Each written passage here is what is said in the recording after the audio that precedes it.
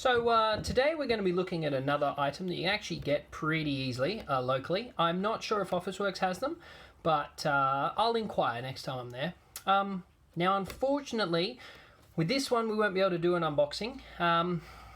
You can actually, if you have a look here, it's already unboxed.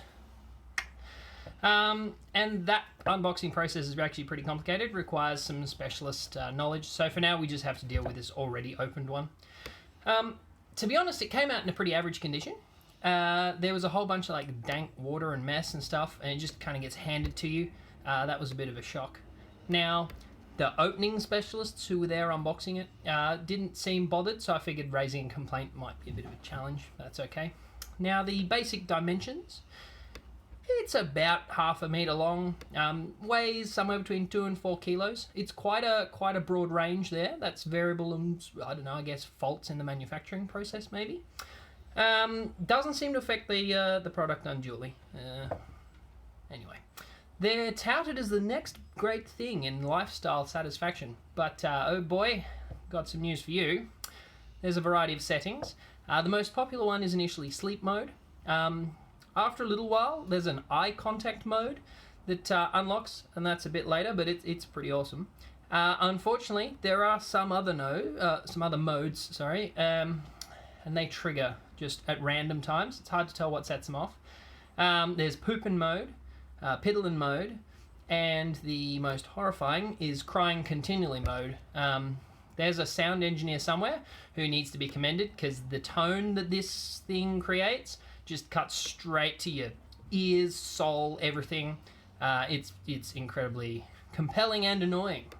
Now, there is a reasonable amount of interaction required with it. Probably not much more than your old Tamagotchi, initially at least. It's real life rather than digital inputs though. So every 3 hours or so, you have to top it up.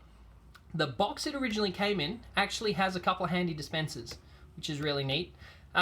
You can't rebox it, sorry Aaron, for storage, but putting it near its box does seem to modify some of its responses, and the crying continually mode seems to be like down leveled a bit, so it's a lot more rare. Has a couple of outputs. They're not terrible, not too offensive. It's pretty good. Now apparently they level up. So far we've only unlocked that eye contact mode I was talking about earlier. Apparently it's got this like sweet state-of-the-art neural network shenaniganry. So it starts to learn stuff, which is pretty Small Soldiers awesome. If you've seen that movie, it's great. Hopefully he doesn't pull off a chip hazard and try and kill everybody.